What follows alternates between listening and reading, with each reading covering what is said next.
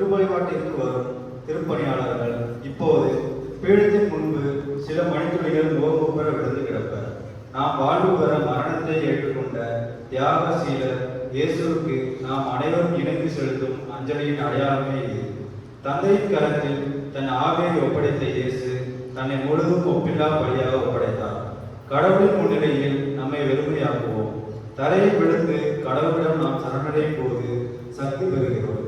நம் அகந்தை, ஆணவம், பகட்டு, போலித்தனம், பொல்லாதனம் என நீரும் அத்தனை அழுகுகளும் இன்று அறியப்படும்.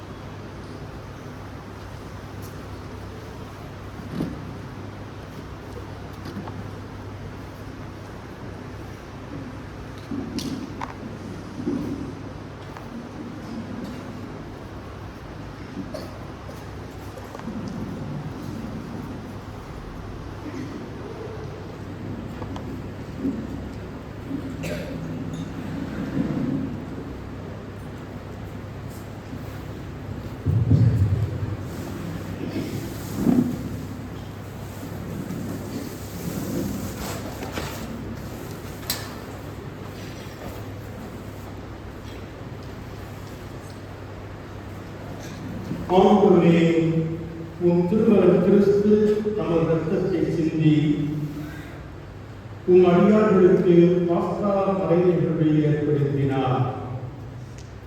உமது இரக்கத்தை நினைவு கூர்ந்து நிலையான பாதுகாப்பால் அவர்களை புனிதப்படுத்துவீராக. என்றென்று வாழ்ந்து அனுசரிக்க அவர் வழியாகவே உண்மை மன்றாடுகின்றோம்.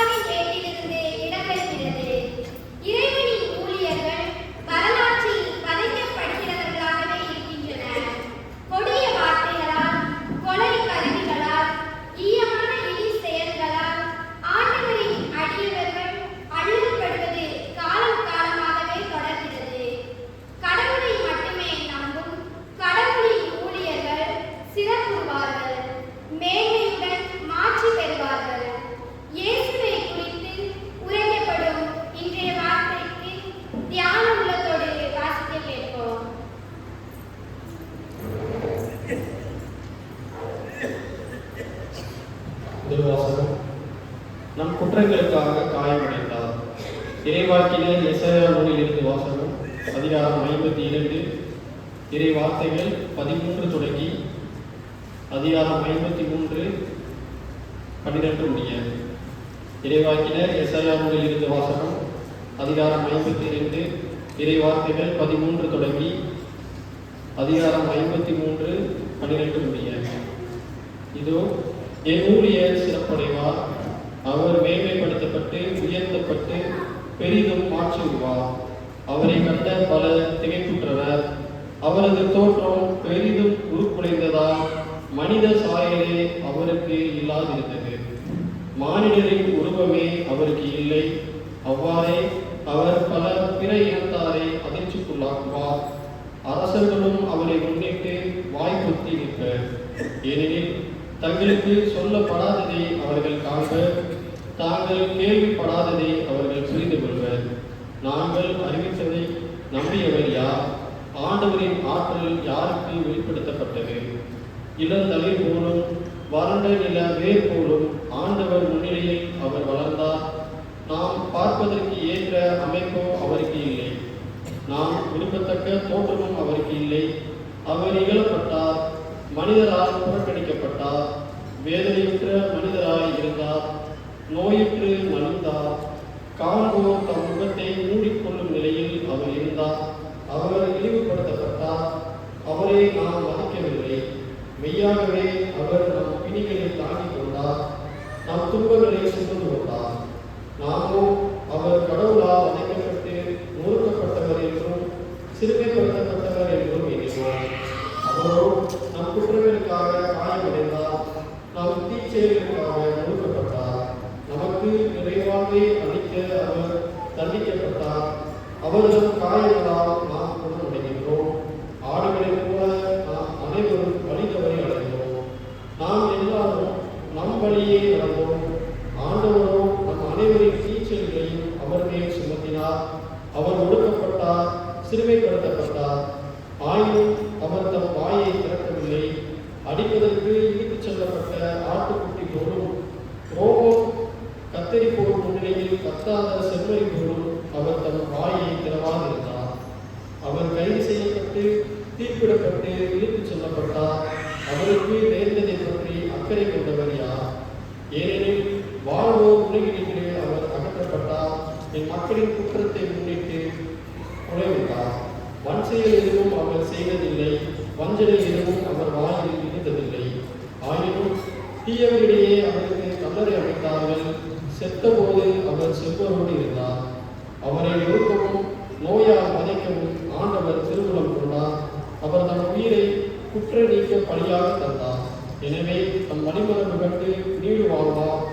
ஆண்டவரின் திருவுளம் அவர் கையில் சிறப்படும். அவர் தம் துன்ப வாழ்வின் பயனை கண்டு நிறைவடைவார். நேரியவராகிய என் ஊழியர் தம் அறிவார் பலரை நேர்மையாளராக்குவார். அவர்களின் தீச்சல்களை தாமே சுமந்து கொள்வார். அதனால் நான் அவருக்கு மதிப்பு மிக்கவரிடையே சிறப்பளிப்பேன். அவரும் வலியவரோடு கொள்ளை பொருளை பங்கிடுவார். ஏனெனில் அவர் தம்மையே சாவுக்கு கையளித்தார். கொடியோரும் ஒருவராக கருதப்பட்டார். ஆயினும் பலரின் பாவத்தை சுமந்தார். கொடியோருக்காக பரிந்து பேசினார். ஆண்டவரும் நல்வாக்கு.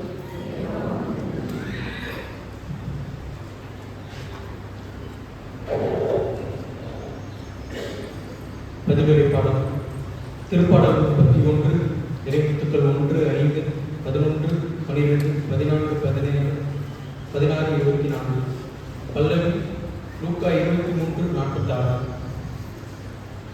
தந்தையே உம் கையில் என் உயிரை ஒப்படைக்கின்றேன். தந்தையே உம் கையில் என் உயிரை ஒப்படைக்கின்றேன். தந்தையே உம் கையில் என் உயிரை ஒப்படைக்கின்றேன். ஆண்டவரே, உம்மிடம் நான் அடைக்கலம் புகுந்துள்ளேன். நான் ஒருபோதும் வெட்கமடைய விடாதேயும். உமது நீதிக்கேற்ப என்னை விடுவித்தருளும். உமது கையில் என் உயிரை ஒப்படைக்கின்றேன். வாக்கு பிறலாத இறைவனுக்கு ஆண்டவரே, நீர் என்னை மீட்டருளி. தந்தையே உம் கையில் என் உயிரை ஒப்படைக்கின்றேன். தந்தையே உம் கையில் என் உயிரை ஒப்படைக்கின்றேன். என் பகைவர் அனைவரின் இயற்சிக்கு உள்ளானே. என்னை அடுத்திருப்போரின் பேரழிவுக்கு ஆளானே. என் நண்பர்களுக்கு பேரச்சம் வருவித்தேன். என்னை தெருவில் பார்ப்போர் என்னிடமிருந்து விலகி ஓடுகின்றனர். இறந்தோர் போல் நினைவில் நின்று நான் அகற்றப்பட்டேன். உடைந்து போன மட்களும் போல் ஆனேன். தந்தையே, உம் கையில் என் உயிரை ஒப்படைக்கிறேன். தந்தையே, உம் கையில் என்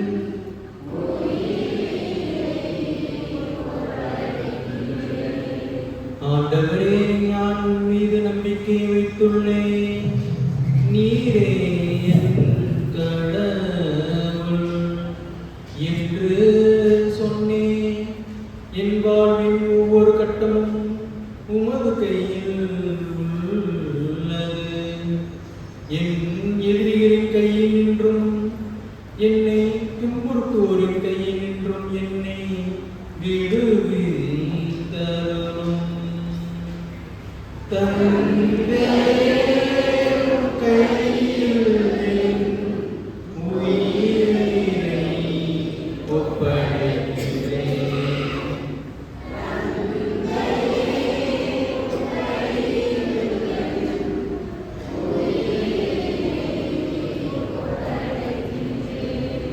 உமது முகத்தின் ஒளியடியின் மேல் வீசும்படி செய்யும். உமது பேரன்பால் என்னை விடுவித்தருளும். ஆண்டவருக்காக நம்பிக்கையுடன் காத்திருப்போரே, நீங்கள் அனைவரும் உள்ளத்தின் வலிமையும் உறுதியும் கொண்டிருங்கள். தந்தையே, உம் கையில் என் உயிரை ஒப்படைக்கிறேன். தந்தையே, உம் கையில் என் உயிரை ஒப்படைக்கிறேன்.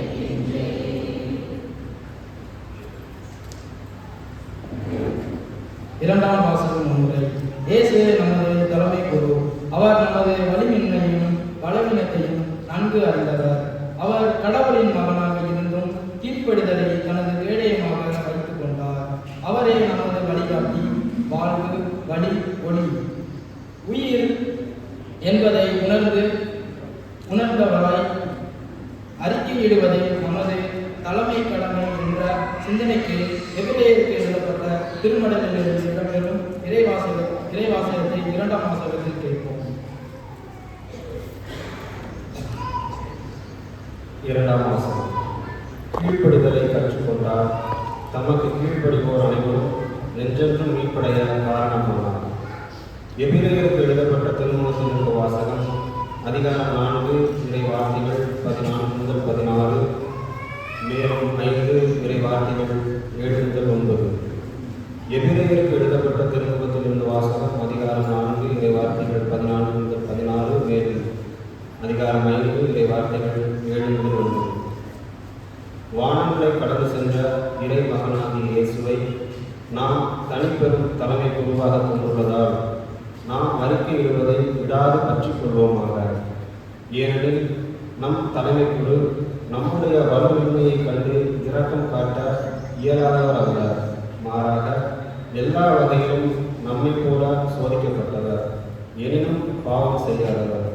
எனவே நாம் இரக்கத்தை பெறவும் ஏற்ற வேளையில் உதவக்கூடிய அருளை கண்டடையவும் அருள் நிறைந்த இறை அறிஞரை துணிவுடன் அணுகி செல்வோமாக.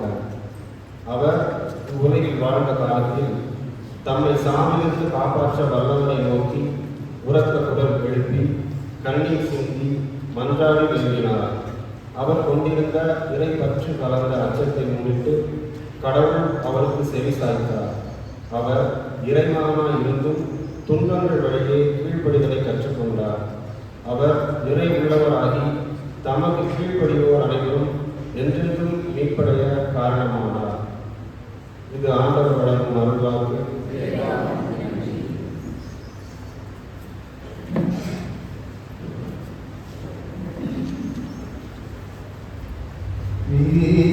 தம்மை தாழ்த்தி சாவை ஏற்கும் அளவுக்கு அதுவும் சிலுவை சாவையே ஏற்கும் அளவுக்கு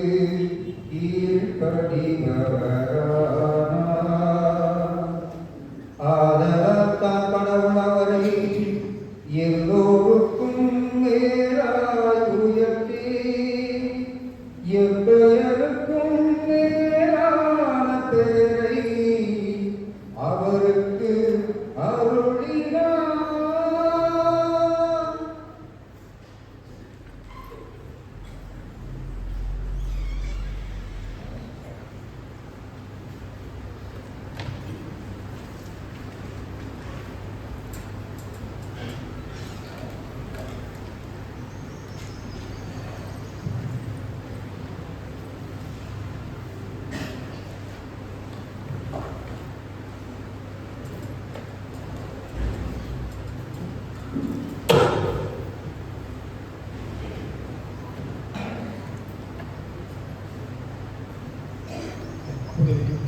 புனித யோவான் எழுதியபடி இயேசுவின் திருப்பாடல்கள்.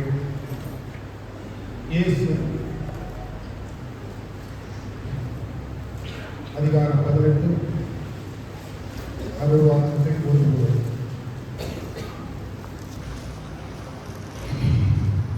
இயேசு தம் சீடர்களோடு எதரோடு என்னும் நீரோடையை கடந்து சென்றார்.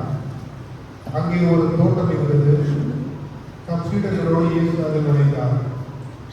அவரை காட்டிக் கொடுத்த யூதாசுக்கு அந்த இடம் தெரியும். ஏனெனில் இயேசுவும் அவருடைய சீடர்களும் அடிக்கடி அங்கு கூடுவர்.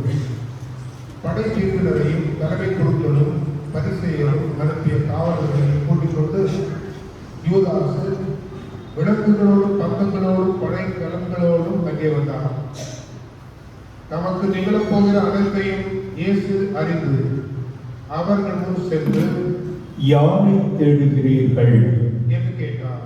அவர்கள் மறுமொழியாக, நாசரேத்து இயேசுவை தேடுகிறோம் என்றார்கள். இயேசு, நான் தான் என்றார். அவரை காட்டிக் கொடுத்த யூதாசும் அவர்களோடு நின்று கொண்டிருந்தான். நான் தான் என்று இயேசு அவரிடம் சொன்னது. அவர்கள் பின்வாங்கி தரையில் விழுந்தார்கள். யாரை தேடுகிறீர்கள் என்று இயேசு மீண்டும் அவர்களை கேட்டார். அவர்கள், நாசரேத்து இயேசுவை தேடுகிறோம் என்றார்கள். இயேசு அவர்களை பார்த்து, நான் தான் என்று உங்களிடம் சொன்னேனே. நீங்கள் என்னை தேடுகிறீர்கள் என்றால் இவர்களை போக விடுங்கள் என்றார். நீர் என்னிடம் ஒப்படைத்தவர்கள் எவரையும் நான் இழந்து விடவில்லை என்று அவரே கூறியிருந்தது இவ்வாறு நிறைவேறியது. சீமோன் பேதுருவிடம் ஒரு வாள் இருந்தது. அவர் அதை உருவி தலைமை குழுவின் பணியாளரை தாக்கி அவரது வலக்காலை வெட்டினார். அப்பணியாளரின் பெயர் மால்கு. இயேசு பேதுருவிடம், வாழை முறையில் போடு. தந்தை எனக்கு அளித்த துன்ப கிண்ணத்திலிருந்து நான் குடிக்காமல் இருப்பேனோ என்றார். படைப்பிரிவினரும் ஆயிரத்தவர் தலைவரும் யூதர்களின் காவலர்களும் இயேசுவை பிடித்து கட்டி முதலில் அவரை அந்தப்புறம் கொண்டு சென்றார்கள். ஏனெனில் அந்த ஆண்டில் தலைமை குருவாயிருந்த கயபாவும் அவர் மாற்றினார். இந்த கயபாதான் ஒருவர் மட்டும் மக்களுக்காக இறப்பது நல்லது என்று யூதர்களுக்கு ஆலோசனை கூறியவர். சீமோன் பேதுருவும் மற்றொரு சீடரும் இயேசுவை பின்தொடர்ந்து வந்தனர். அந்த சீடர் தலைமை குழுவுக்கு அறிமுகமானவர். ஆகவே இயேசுவுடன் தலைமை குழுவின் மாளிகை முற்றத்தில் நுழைந்தார். பேதுரு வெளியில் வாய்மருகே நின்று கொண்டிருந்தார். அப்போது தலைமை குழுவுக்கு அறிமுகமாயிருந்த அந்த சீடர் வெளியே வந்து வாயில் காவலரிடம் சொல்லி பேதுருவை உள்ளே கூட்டிச் சென்றார். வாயில் காத்த அந்த படிப்பெண் பேதுருவிடம், நீயும் இம்மனிதனுடைய சீடர்கள் ஒருவர் தானே என்று கேட்டார். பேதுரு, இல்லை என்றார். அப்போது குளிராயிருந்தார். பணியாளர்களும் காவலர்களும் கரினால் தீ மூட்டி அங்கே நின்று குளிர் காய்ந்து கொண்டிருந்தார்கள். பேதுருவும் சென்று அவர்களோடு சென்று குளிர் காய்ந்து கொண்டிருந்தார். தலைமை குழு இயேசு சீடர்களை பற்றி அவருடைய போதை பற்றியும் அவர்கள் கேட்டார். இயேசு அவரை பார்த்து, நான் உலகறிய வெளிப்படையாக பேசினேன். யூதர் அனைவரும் கூடி வரும் தொழுகை கூடங்களிலும் கோவிலிலும் தான் எப்போது கற்பித்து வந்தேன். நான் மறைவாக எதையும் பேசியதில்லை. ஏன் என்னிடம் கேட்கிறேன்? நான் பேசியதை கேட்டுக்கொண்டிருந்தவர்களிடம் கேட்டு பாரும். நான் என்ன சொன்னேன் என அவர்களுக்கு தெரியுமே என்றார். அவர் இப்படி சொல்கிறார். அங்கு நின்று கொண்டிருந்தவர் காவலர் ஒருவர் தலைமை குருவுக்கு இப்படியா பதில் கூறுகிறார் என்று சொல்லி இயேசுவின் கன்னத்தில் அறைந்தார். இயேசு அவரிடம், நான் தவறாக பேசியிருந்தால் தவறு என்னவென காட்டும். சரியாக பேசியிருந்தால் ஏன் என்னை அடிக்கிறீர் என்று கேட்டார். அதன் பின் அண்ணா அவரை கட்டப்பட்ட நிலையில் தலைமை ஒரு வயதாளர் அமர்த்தினார். சீமோன் பேதுரு அந்த நின்று குளிர் வாய்ந்து கொண்டிருந்தார். அப்போது அங்கிருந்தவர்கள் அவரிடம், நீயும் அவனுடைய சீடரோடு ஒருவர்தானே என்று கேட்டனர். அவர், இல்லை என்று மறுதளித்தார். தலைமை குருவின் பணியாளர் ஒருவர், நான் உன்னை தோட்டத்தில் அவரோடு பார்க்கவில்லையா என்று கேட்டார். பேதுருவால் காது கட்டப்பட்டவனுக்கு இவர் உறவினர். பேதுரு மீண்டும் மறுதளித்தார். உடனே சேவல் கூவிற்று. அதன் பின்பு அவர்கள் வயதானவரிலிருந்து ஆளுநர் மாளிகைக்கு இயேசுவை கொண்டு சென்றார்கள். அப்போது விடியற்காலம். பாஸ்கா உணவு உணவும் தீட்டுப்படாமல் இருக்க ஆளுநர் மாளிகையில் அவர்கள் நுழையவில்லை.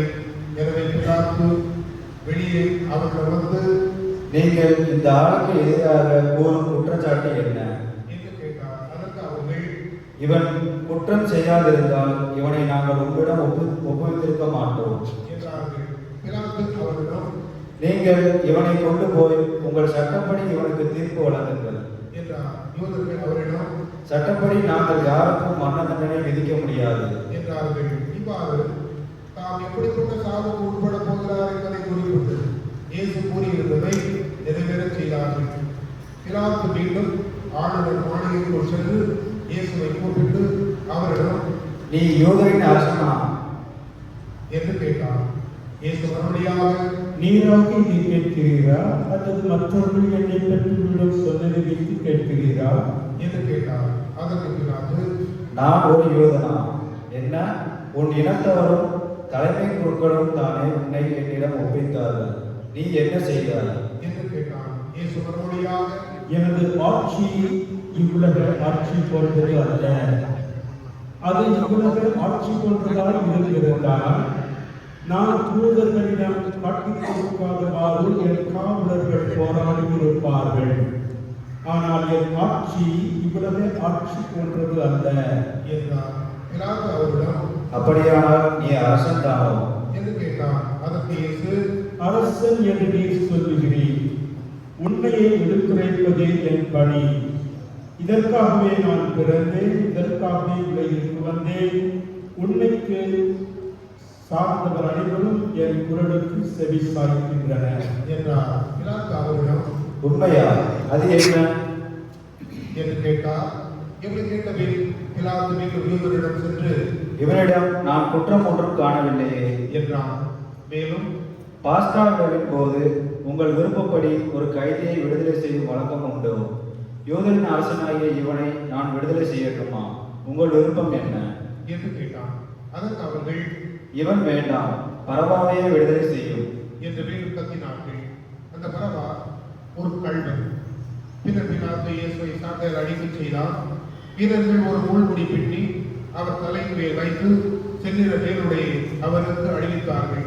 அவரிடம் வந்து, யூதரின் அரசே வாழ்க என்று சொல்லி அவருடைய கன்னத்தில் அறைந்தார்கள். பிலாத்து மீண்டும் வெளியே வந்து அவர்களிடம், அவனை நான் உங்கள் முன் வெளியே கூட்டி வருகிறேன், பாருங்கள். அவனிடம் நான் குற்றம் ஒன்றும் காணவில்லை என்பதை அறிந்து கொள்ளுங்கள் என்றார். இயேசு முள்முடியும் செந்நிற வேலுவையும் அடித்தவராய் வெளியே வந்தார். பிலாத்து அவர்களிடம், இதோ மனிதன் என்றார். அவரை கண்டதும் தலைமை குருக்களும் காவலர்களும் சிலுவையில் அறையும், சிலுவையில் அறையும். என்று கத்தினார்கள். பிலாத்து அவர்களிடம், நீங்களே இவனை கொண்டு போய் சிலுவையில் அறையுங்கள். இவனிடம் குற்றம் இருப்பதாக எனக்கு தெரியவில்லை என்றார். யூதர்கள் அவரை பார்த்து, எங்களுக்கு ஒரு சட்டம் உண்டு, அச்சட்டத்தின்படி இவன் சாக வேண்டும், ஏனெனில் இவன் தன்னையே இறைவன் என உரிமை கொண்டாடுகிறான் என்றனர்.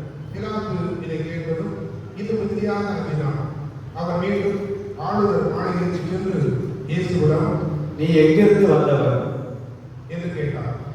ஆனால் இயேசு அவருக்கு பதில் கூறவில்லை. அப்போது பிலாத்து, என்னோடு பேச மாட்டாயா? உன்னை விடுதலை செய்யவும் எனக்கு அதிகாரம் உண்டு, உன்னை சிலுவையில் அறையவும் எனக்கு அதிகாரம் உண்டு என்பது உனக்கு தெரியாதா என்றார். இயேசு மறுபடியாக, மேலிருந்து அருளப்படாவிடில் உமக்கு என்னே எந்த அதிகாரமும் இராது. ஆகவே என்னை உம்மிடம் ஒப்படைத்தவன் தான் பெரும் பாவம் செய்தவன் என்றார். அது முதல் பிலாத்து அவரை விடுவிக்க வழிதேடினார். ஆனால் யூதர்கள், நீர் இவனை விடுவித்தால் சீசருடைய நண்பராய் இருக்க முடியாது, தம்மையே அரசராக்கிக் கொள்ளும் எவரும் சீசருக்கு எதிரி என்றார்கள். இவ்வார்த்தைகளை கேட்டதும் பிலாத்து இயேசுவை வெளியே கூட்டி வந்தார். கற்களம் என்னும் இடத்தில் இருந்த நடுவர் இருக்கை மீது அமர்ந்தார். அந்த இடத்திற்கு எதிரே வழியில் கபதா என்பது பெயர். அந்த சாத்த விழாவுக்கு ஏற்பாடு செய்யும் நாள் ஏறக்குறைய நண்பர்கள் வேறு. பிலாத்து யூதர்களிடம், இதோ உங்கள் அரசன் என்றார். அவர்கள் ஒழிக ஒழிக, அவனை சிலுவையில் அறையும் என்று கத்தினார்கள். பிலாத்து அவர்களிடம் உங்கள் அரசனை நான் சிலுவையில் அறைய வேண்டும் என்கிறீர்களா என்று கேட்டார். அதற்கு தலைமை பொருட்கள் எங்களுக்கு சீசரை தவிர வேறு அரசர் இல்லை என்றார்கள். அப்போது பிலாத்து அவரை சிலுவையில் அறையுமாறு அவர்கள் ஒப்புவித்தார். அவர்கள் இயேசுவை தம் பொறுப்பில் ஏற்றுக்கொண்டார்கள். இயேசு சிலுவையில் தாமை சுமந்து கொண்டு மண்டை மோந்திய இடம் என்னும் இடத்திற்கு சென்றார். அதற்கு எதிரே மொழியும் கொல்கொதா என்பது பெயர். அங்கே அவர்கள் இயேசுவை அவரோடு வேறு இருவரை சிலுவைகளில் அறைந்தார்கள். அவ்விருவரை இரு பக்கங்களிலும் இயேசுவை நடுவிலுமாக அறைந்தார்கள். பிலாத்து குற்ற அறிக்கை ஒன்று எழுதி அதை சிலுவை மீது வைத்தார். அதில் நாசரேத்து இயேசு யூதர்களின் அரசன் என்று எழுதினார். இயேசு சிலுவையில் அறையப்பட்ட இடம் நகரத்திற்கு அருகில் இருந்ததால் யூதர்கள் பலர் இந்த குற்ற அறிக்கையை வாசித்தனர். அது எபிரேயம், லத்தீன், கிரேக்கம் ஆகிய மொழிகளில் எழுதப்பட்டிருந்தது. யூதரின் தலைமை பொருட்கள் பிலாத்திடம், யூதரின் அரசன் என்று எழுத வேண்டாம், மாறாக யூதரின் அரசன் நான் என்று அவனே சொல்லிக் கொண்டதாக எழுதவும் என்று கேட்டுக்கொண்டார்கள். பிலாத்து அவர்களை பார்த்து, நான் எழுதியதை என்றார். இயேசுவை சிலுவை அறைந்தபின் படையினர் அவருடைய மேலுடைகளை 4 பாகமாக பிரித்து ஆளுக்கு ஒரு பாகம் எடுத்துக்கொண்டார்கள். அங்கேயும் அவர்களே எடுத்துக்கொண்டனர். அந்த அங்கி மேலிருந்து கீழ் வரை தையலே இல்லாமல் நெய்யப்பட்டிருந்தது. எனவே அவர்கள் ஒருவரை நோக்கி, அதை கிழிக்க வேண்டாம், அது யாருக்கு கிடைக்கும் என்று பார்த்த சீட்டுக்குலுக்கி போடுவோம் என்றார்கள். என் ஆடைகளை தங்களுக்குள் பகிர்ந்து என் உடை மீது சீட்டு போட்டார்கள் என்னும் மறைநூல் வாக்கு இவ்வாறு நிறைவேறியது. சிலுவை அருகில் இயேசுவின் தாயும் சகோதரியும் குளோப்பாவின் மனைவியுமான மரியாவும் மகதலா மரியாவும் நின்று கொண்டிருந்தனர். இயேசு தம் தாயையும் அருகிருந்த தம் அன்பு சீடரை கண்டு தம் தாயிடம், அம்மா, இதோ உம் மகன் என்றார். பின்னர் தம் சீடரிடம், இவரே உம் தாய் என்றார். அந்நேரம் முதல் அச்சீடர் அவரை தம் வீட்டில் ஏற்று ஆதரவு அழைத்து வந்தார். இதன் பின் அனைத்தும் நிறைவேறிவிட்டது என்பதை அறிந்த இயேசு, தாகமாய் இருக்கிறது என்றார். மறைநூலில் எழுதியுள்ளது நிறைவேறவே இவ்வாறு சொன்னார். அங்கே ஒரு பாத்திரம் நிறைய புளித்த திராட்சை ரசம் இருந்தது. அதை கடற்பத்தை நன்கு தோய்த்து ஈஸ்வரப்பு தண்ணில் பொருத்தி அதை அவர்கள் அவரது வாயில் வைத்தார்கள். அந்த ரசத்தை குடித்ததும் இயேசு, எல்லாம் நிறைவேறிற்று என்று கூறி தலை சாய்ந்து ஆவியை ஒப்படைத்தார்.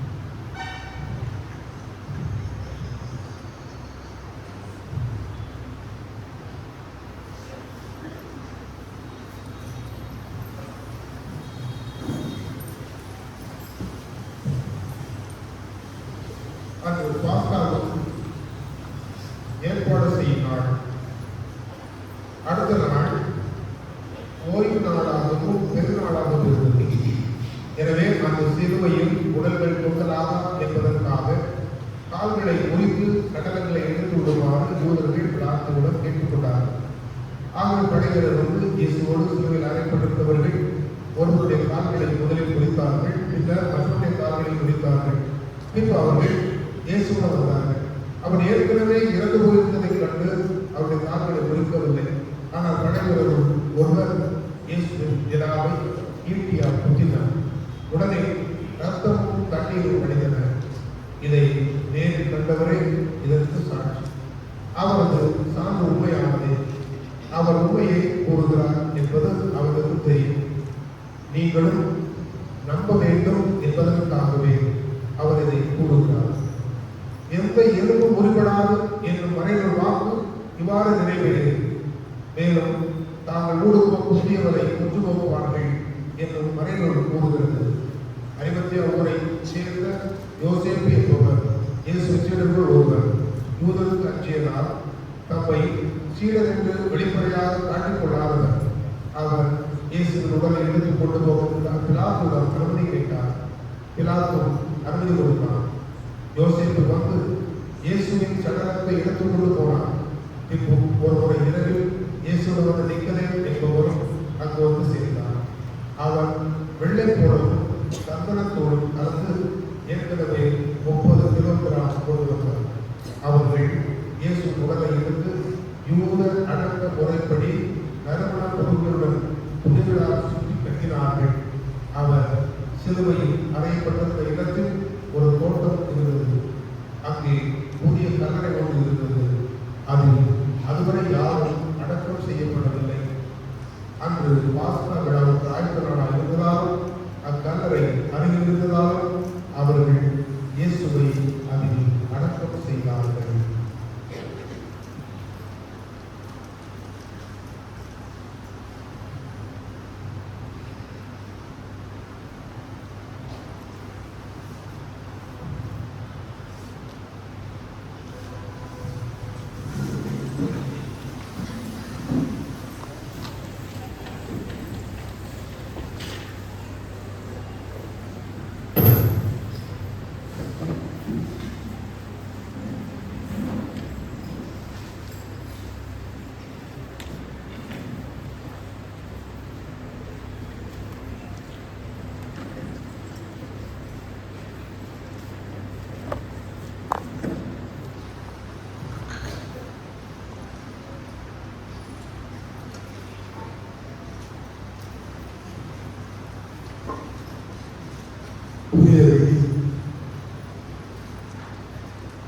நியாயம் கட்டி காக்கப்பட வேண்டும்.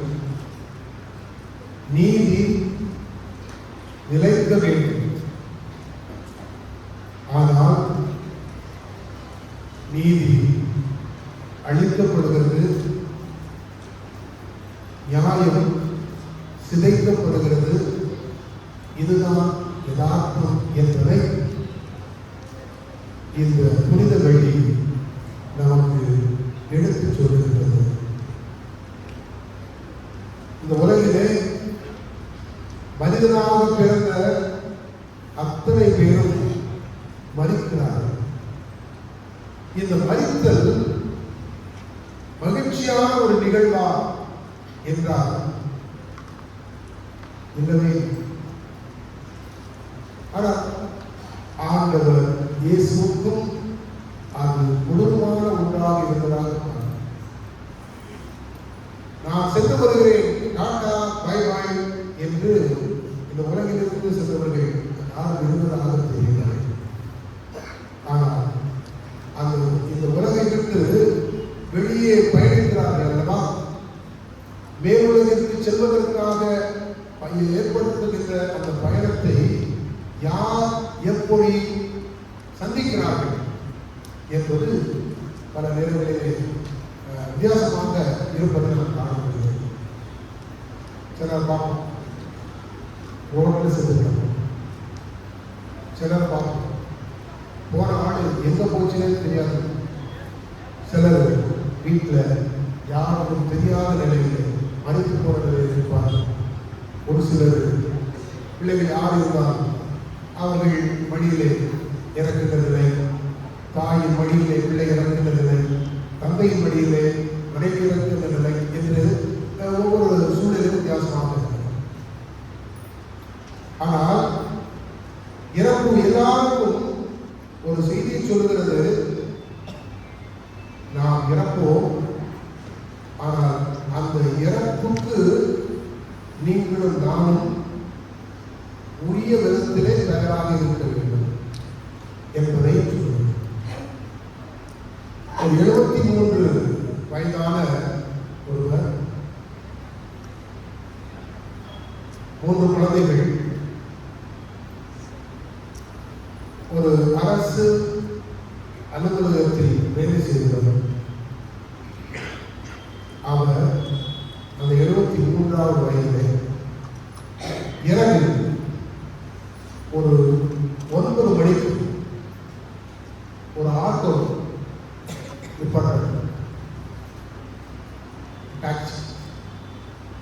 டாக்ஸிக்காரரை பார்த்து, எப்பா, உனக்கு நான் 10,000 ரூபாய் தருவேன், நீ என்ன செய்யணும், நான் கூப்பிடுற இடத்துக்கு நீ கூட்டிக் கொண்டு வந்து அப்படின்னு.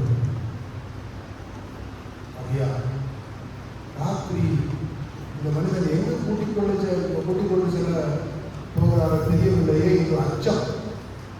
ஆனால் அது ஒரு 2 மணி நேரம், 2 இல்லை 3 மணி நேரம் வச்சுக்கோங்க, 2 to 3 மணி நேரம் என்று சொல்லுகிறார். இந்த 2 to 3 மணி நேரத்திலே ஒரு 10,000 ரூபாய் சம்பாதிக்க போகிறோம், பரவாயில்லையே. ஆனால் அதில் நிறைய ரிஸ்க் இருக்குது, போகலாமா வேண்டாமா என்று அந்த மனிதர் யோசிக்கிறார். யோசித்த பின்பு சரி, அவர் மீது ஒரு இரக்கத்தோடு வருகிறேன் என்று சொல்கிறார். முதல்ல சரி வண்டி போகணும் என்று சொல்லி, நீங்க இந்த ரோட்ல போங்க, ஸ்ட்ரெயிட்டா போங்க, போய் இந்த தெருவில் நிறுத்துங்க. ஒரு குறிப்பிட்ட தூரம் போறது, போற பின்பு இது நிப்பாட்டுங்க. அந்த இடத்துல நிப்பாட்டா அதுல இருந்து இறங்குறாரு. இறங்குறதுல அந்த இறக்கும் போது மணி வந்து 10 மணி. அது ஒரு ஹோட்டல். அந்த ஹோட்டல்ல போய் முன்னால நின்று அதையே பார்த்துட்டு அப்புறம் வண்டியில் இறங்கிட்டு வந்து திருப்பி வண்டியை கிளம்புறான்னு சொன்னாங்க. வண்டியை கிளம்புற பிறகு நேராக போகணும்னு சொல்லுங்க. போன பிறகு ஒரு இடத்துல நிப்பாட்ட சொல்றாங்க. அங்கே நிற்குது. அங்கு ஒரு வீடு இருக்குது. அந்த வீட்டில் போய் அந்த வீட்டுக்கு முன்னால் இருந்து அந்த வீட்டெல்லாம் அப்படியே பார்த்துட்டு ஒரு 3 to 5 நிமிடம் வந்து நிற்கிறாரு. நின்றுட்டு அப்படி சரி போவோம் என்று வீட்டுக்கு வாங்க டாக்ஸி கேட்குறாங்க. அப்புறம் அதுக்கு அடுத்து வண்டி போயிட்டு இருக்கும்போது ஒரு கோயில் வருது, ஒரு ஆசிரியர். அந்த கோயிலில் போய் அவர் இறந்து அப்படின்னு சொல்ல நிற்கிறாரு. அந்த இடத்துல அந்த கோயிலில் போய் ஒரு 5 நிமிடங்கள், இந்த கோயில் அடைக்கப்பட்டு இருக்கிறது, ஆனால் அது கேட்டுக்கு முன்னால் இருந்து ஒரு 5 நிமிடங்கள் அங்கு அவர் நேரம் ஸ்பெண்ட் பண்ணுறாரு. ஸ்பெண்ட் பண்ணிட்டு அதுக்கு அடுத்து அவர் மீண்டுமாக என்ன செய்தார்னா, அங்கிருந்து அவர் புறப்பட்டு ஒரு இடத்துக்கு போகிறார். கிடைக்குதுன்னா ஒரு கல்லறை. அந்த கல்லறையில் போய் அங்கு சில நிமிடங்கள் கழிக்கிறாரு. ராத்திரி போல இங்கிட்ட போட்டு சொன்ன உடனே, கல்லறைக்குன்னு சொன்ன உடனே, ஐயா அந்த கல்லறை இருக்கு. ஆமாம், இவரு கொஞ்சம் வண்டி ஓட்டுநருக்கு கொஞ்சம் தொடர்பு. கல்லறைக்கு ராத்திரிக்கு 10 மணிக்கு எத்தனை பேர் போகிறதுக்கு தைரியம் இருக்கணும்னா நிறைய பேர் இருக்காரு. கல்லறை போகிறதுக்கு எத்தனை பேர் ராத்திரி 12 மணிக்கு ரெடியாக இருப்பீங்க? சுடுகாட்டுக்கு போகிறதுக்கு ரெடியாக இருப்பீங்க? அதில் எத்தனை பேர் இருப்பீங்க? நீ இருக்க முடியல. அது கூப்பிட்டு பாதம் நல்ல போக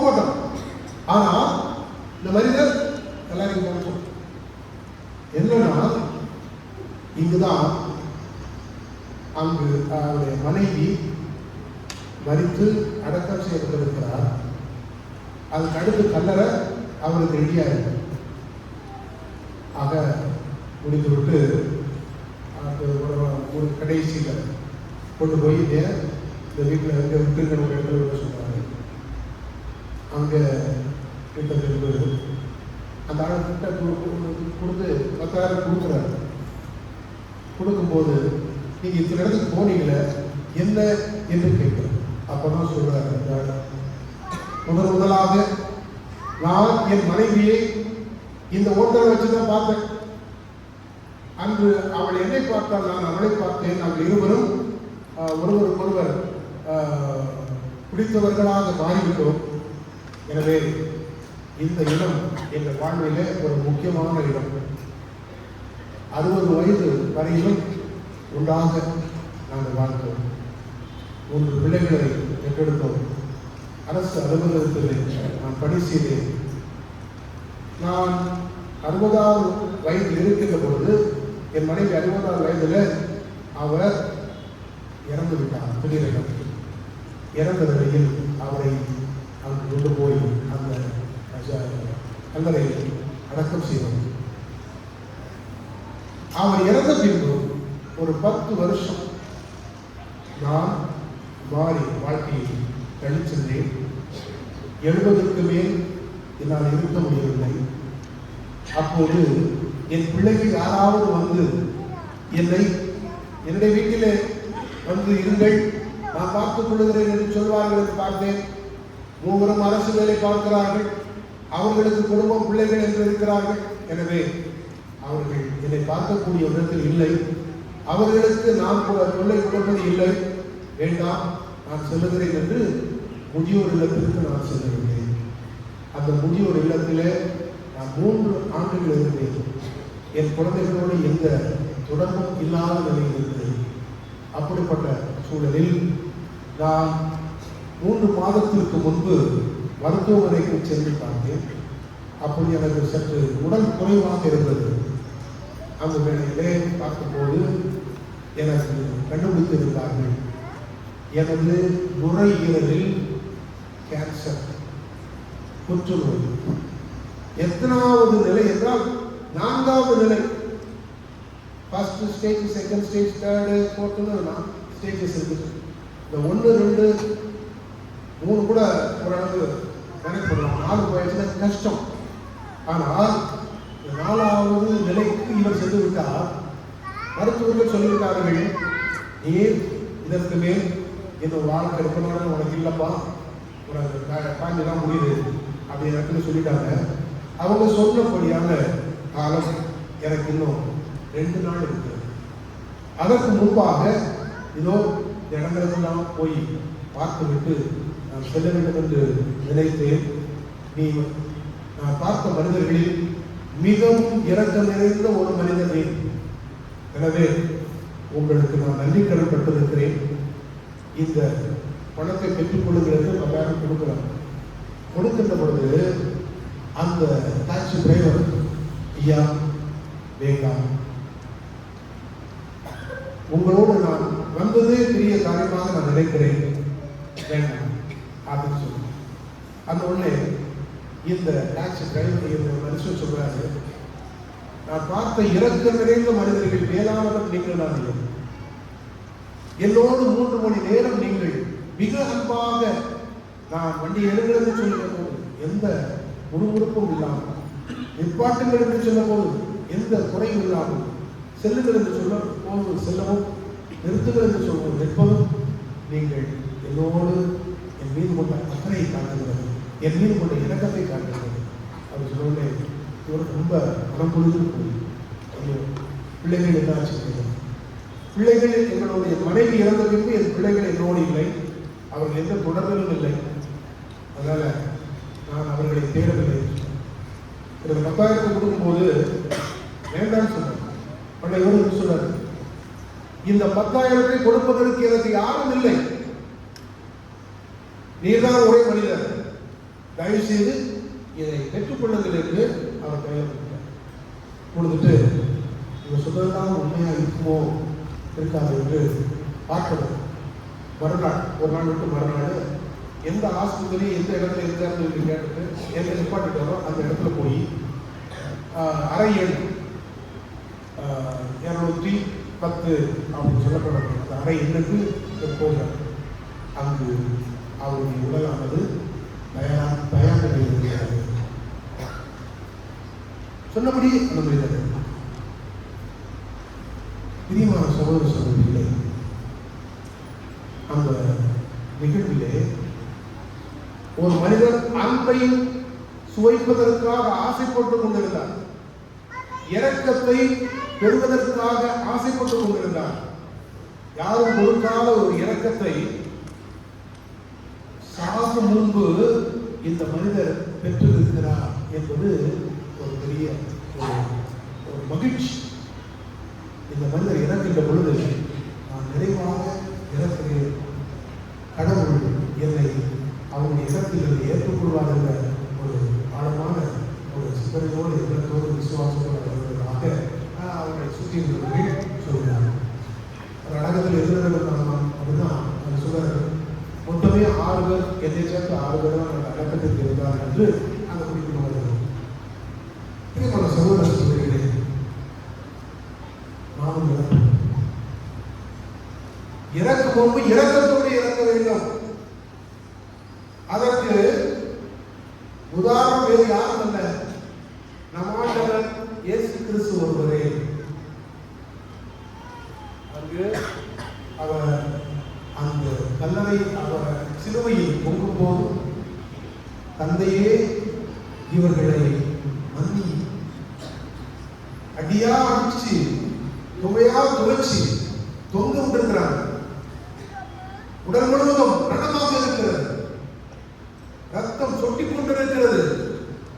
இந்த வேளையில பொதுவாக ஒரு அடி அடிச்சிட்டாலே அந்த ஒரு அடி வாங்கின உடனே மருந்து செயல் எப்படியாக இருக்கும், திருப்பி அவன் 1 கொடுத்தான், நான் 5 கொடுத்தேன், அவன் 1 தான் 1 அடி தான் அடிச்சா, நான் 8 அடி அடிச்சு விட்டேன் என்று சொல்வதற்கான் இந்த மாநில சமூகமான மகிழ்ச்சியோடு இருக்கிறது.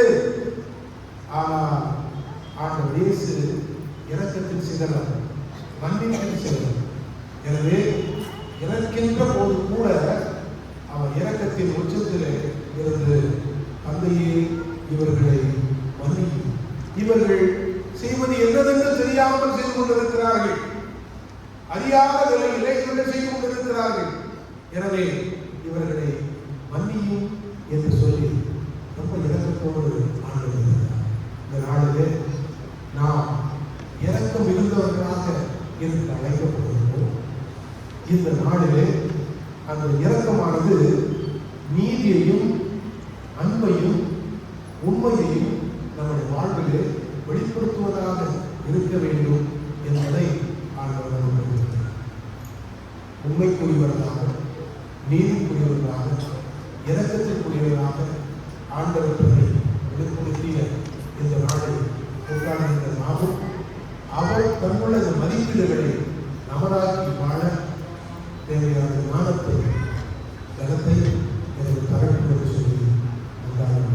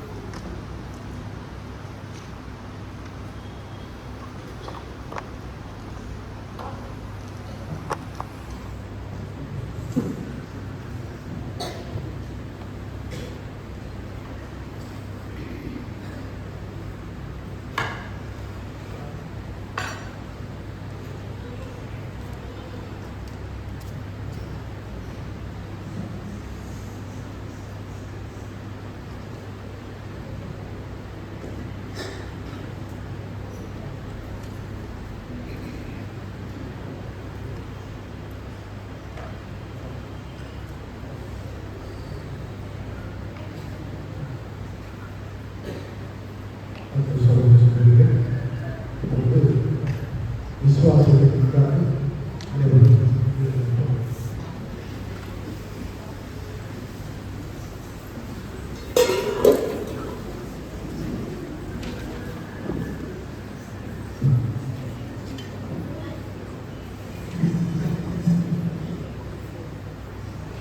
அன்பார்ந்தவர்களே, இறைவனைப்பு திருச்சபைக்காக கொண்டாடுவோம். நம் ஆண்டவராகிய இயேசு கிறிஸ்து உலகத்துக்கும் திருச்சபைக்கும் அமைதியையும் ஒற்றுமையும் அளித்து அதனை பேணி காக்க வேண்டும் என்றும் நாம் கலக்கமின்றி அமைதியான வாழ்வு நடத்தி எல்லா வல்லமைகளின் தன்மையை மகிமைப்படுத்த நமக்கு அருள் புரிய வேண்டும் என்று கொண்டாடுவோமாக.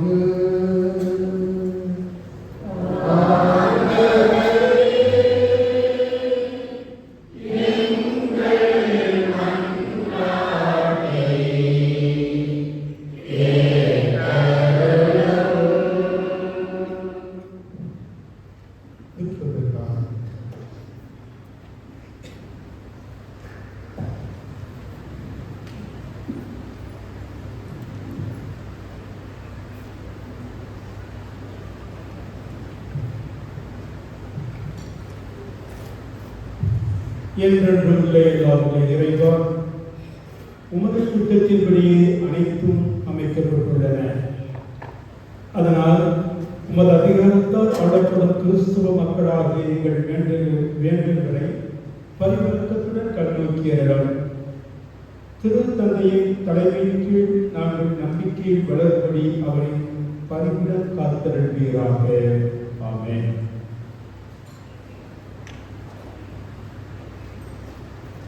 திருச்சபையில் பல்வேறு நிகழ்வுகள் வருகின்றன.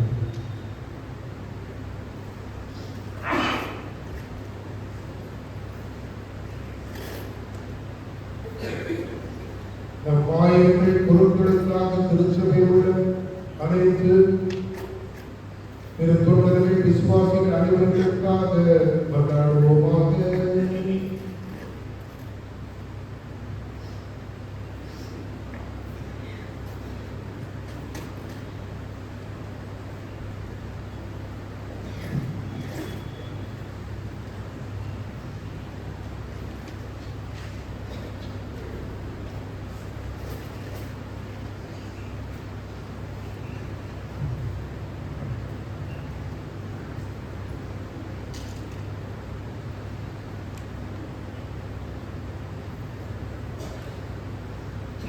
என்றென்றும் உள்ள எல்லாவல்ல இறைவா, உம்முடைய ஆவியாரால் திரு அவை முழுவதும் அர்ச்சிக்கப் பெற்று ஆளப்படுகின்றது.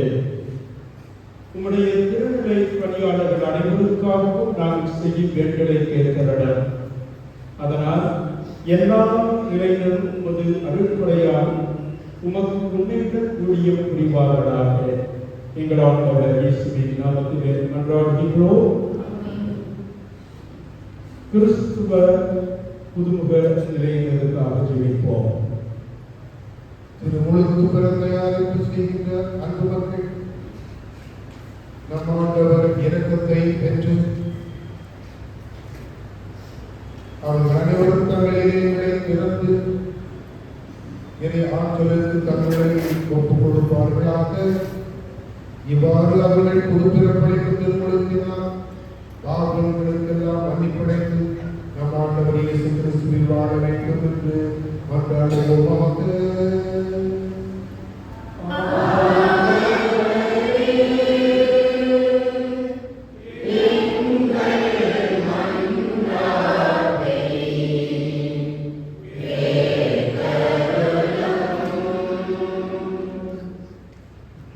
என்றென்றும் உள்ள எல்லாவல்ல இறைவா, புதிய மக்களை சேர்த்து திரு அவை என்றும் வளர்பெறச் செய்கின்றேன்.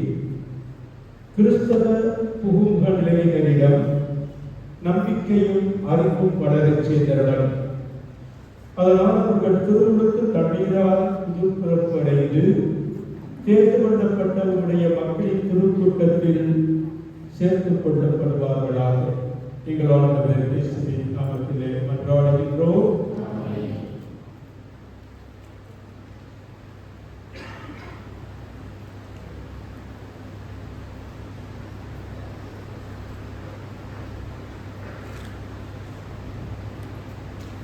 கிறிஸ்தவ மக்களின் ஒற்றுமைக்காக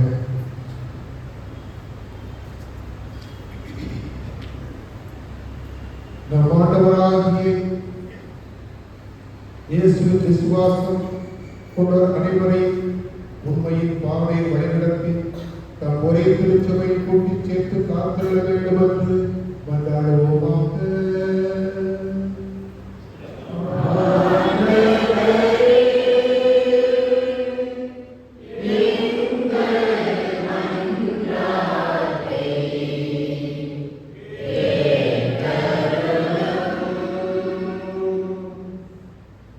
என்றென்றும் உள்ள எல்லாம் உள்ள இறைவா, சிதறுண்டவர்களை ஒன்று சேர்ப்பவரும் ஒருங்கிணைந்தவற்றை பேணி காப்பவரும் நீரே.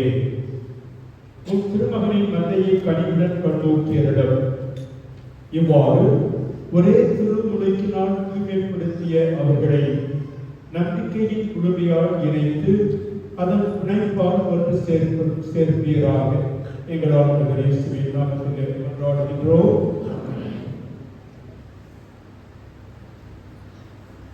யூத மக்களுக்காக முற்காலத்தில் அவரோடு பேசிய நம் ஆண்டவராகிய இயேசு தமது திருப்பெயரின் மீதுள்ள அன்பிலும் தமது உடன்படிக்கை மீதுள்ள பற்றுறுதியிலும் இவர்களை வளர்ச்சியடை செய்திட வேண்டும் என்று மன்றாடுவோமாக.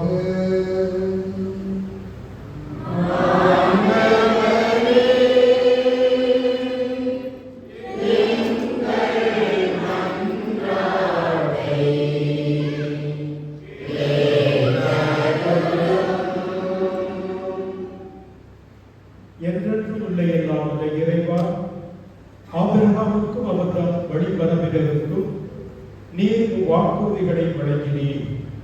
அதனால் முதலாக நீர் தேர்வு கொண்ட மக்கள் உமது மீட்பின் நிறைவை பெற்றுக் கொள்ள உமது திரு அவையின் வேண்டுகளுக்கு கழிவாய் செவி சாய்ப்பீராக. எங்கள் ஆண்டவர் இயேசுவின் நாமத்திலே மன்றாடுகின்றோம்.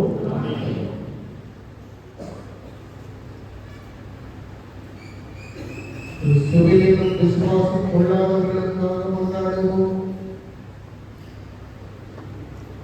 இவர்கள் தூயாவின் ஒளியை பெற்று மீட்பு பாதைக்கு வந்து சேர வேண்டும் என்று மன்றாடுவோமாக.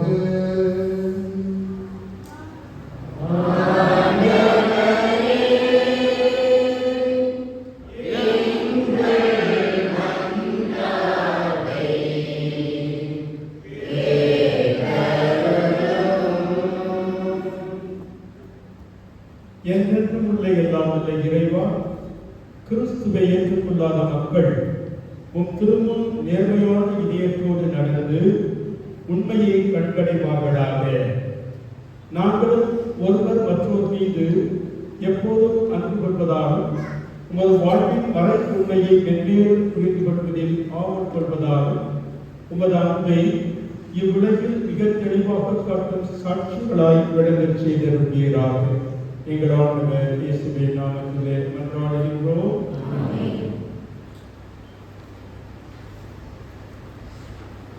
கடவுள் நம்பிக்கை இல்லாதவர்களுக்காகவும் மன்றாடுவோமாக. இம்மக்கள் அனைவரும் நேர்மையான உள்ளத்தோடு நன்னறியில் வாழ்ந்து உண்மை கடவுளை கண்டடையுமாறு மன்றாடுவோமாக.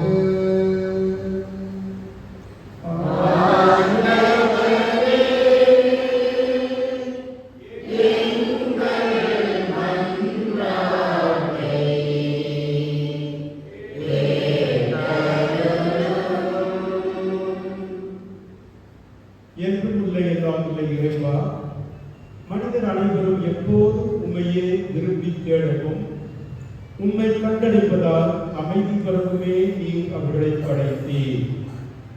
அதனால் இவ்வுலகில் ஏற்படும் எல்லா வித தீர்ப்பு விளைவிக்கும் இடையூறுகளுக்கு நடுவிலும் அவர்கள் அனைவரும் உமது பரிவர்த்தத்தின் அறிகுறிகளையும் உம்மை நம்புவோர் மாற்றும் நற்செயல்களின் சான்றுகளையும் கண்டுணர்வார்களாக. இவ்வாறு உண்மையே தங்களின் ஒரே மெய்யான கடவுள் எனவும் மக்களின் தந்தை எனவும் மகிழ்ச்சியுடன் ஏற்றுக்கொள்ளச் செய்திருப்பீராக. எங்கள் ஆண்டவர் இயேசுவின் நாமத்திலே மன்றாடுகின்றோம். நாடு வேளாளர் அனைவருக்காக கொண்டாடுவோம். உலக மக்கள் அனைவரும் உண்மையான அமைதி உறவை வாழும் பெருமொருக்கு நம் இறைவனாகிய ஆண்டவர் தம் திருவிழப்படி இவருடைய சிந்தனை சொல் செயல் அனைத்தையும் ஆண்டு நடத்தியல்ல வேண்டும் என்று மன்றாடுவோமாக.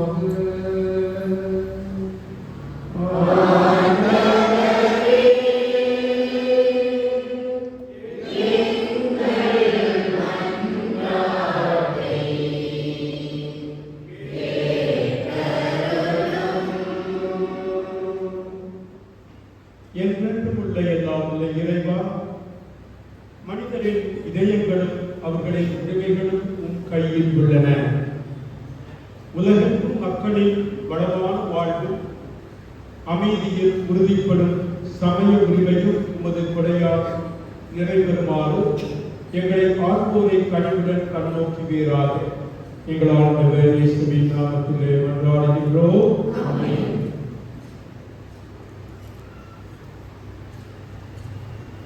துன்புறும் அனைத்து சகோதர சகோதரிகளுக்காக மன்றாடுவோமாக.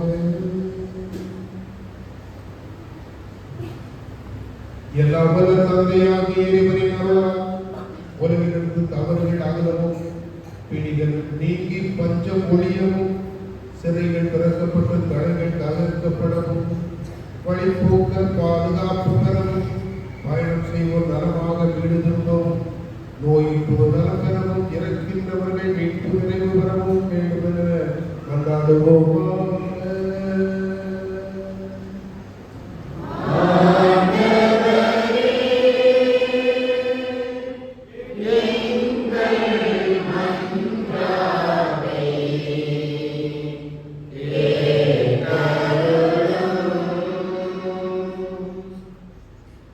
என்றென்றும் உள்ள எல்லாம் வல்ல இறைவா, துயருவோருக்கு ஆறுதலும் வருந்துவோருக்கு திடரும் நீரே.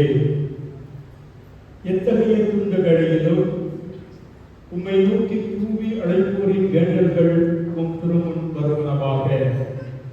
அதனால் நாங்கள் தேவைகளில் நீர் இரக்கத்துடன் துணை புரிவதைக் கண்டு அவர்கள் எல்லோரும் மகிழ்வார்களாக. எங்கள் ஆண்டவர் இயேசுவின் நாமத்திலே மன்றாடுகின்றோம். ஆமென். இறைவாக்கு வழிபாடு நிறைவேற்றுவது திருச்சிலுவை பாடல்களை 2ஆம் பகுதியானது தொடங்குகிறது. திருச்சிலுவை ஆராதனை.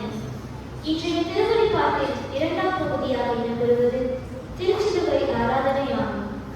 இயேசுவின் தொடர்பால் வார்த்தையும் வாழ்க்கையும் பொருட்களும் செயல்களும் இயேசுவின் கருங்களால் திருமுழுக்கு பெற்றிருக்கிறது என்றே கூற வேண்டும். இயேசுவின் தோளில் அமர்வதற்கு முன் சிலுவைக்கு அர்த்தமே வேறு. கொடிய குற்றவாளிகளின் அடுக்கு கணித தோள்களில் உட்கார்ந்தே சிலுவை கரைபட்டு கொண்டது. சிலுவையை யாரும் சிறப்பாக சொன்னதில்லை. சிலுவை என்றாலே அது பலரின் முகச்சுருத்திற்கு காரணமாய் இருந்தது. தொட்டவற்றை எல்லாம் துலங்கச் செய்யும் இயேசுவின் தோள்பட்டு கரப்பட்டு புனிதப்பட்டு இன்று உலகப்பற்றின் எல்லா திசைகளிலும் வணக்கத்தை பெறும் வாய்ப்பை பெற்றிருக்கிறது. அந்த சிலுவையை இந்த வழிபாட்டில் ஆராதித்து வணங்க இருக்கிறோம். இது சிலை வழிபாட்டிற்கான செயல் இல்லை. சிலுவை சொல்லும் பாடத்தை பயில இயேசுவில் நம்பிக்கை கொண்டவர்கள் மேற்கொள்ளும் முயற்சி. இது நமக்கு நம்பிக்கையை தந்து வலுப்படுத்தட்டும். இதனை வாழ்வில் சுமக்க தோள்களுக்கு வலிமையை கேட்போம். வாழ்வின் வருத்தங்களில் இதனை விட்டு ஓடிவிட மாட்டோம் என உறுதிமொழி மேற்கொள்வோம். சிலுவை வணங்குவதற்கு மட்டுமல்ல, வலிகளின் அளவையும் வருத்தத்தின் ஆழத்தையும் நமக்கு உணர்த்தட்டும் என்ற எண்ணமுடன் இத்திருச்சடங்கில் பங்கேற்போம்.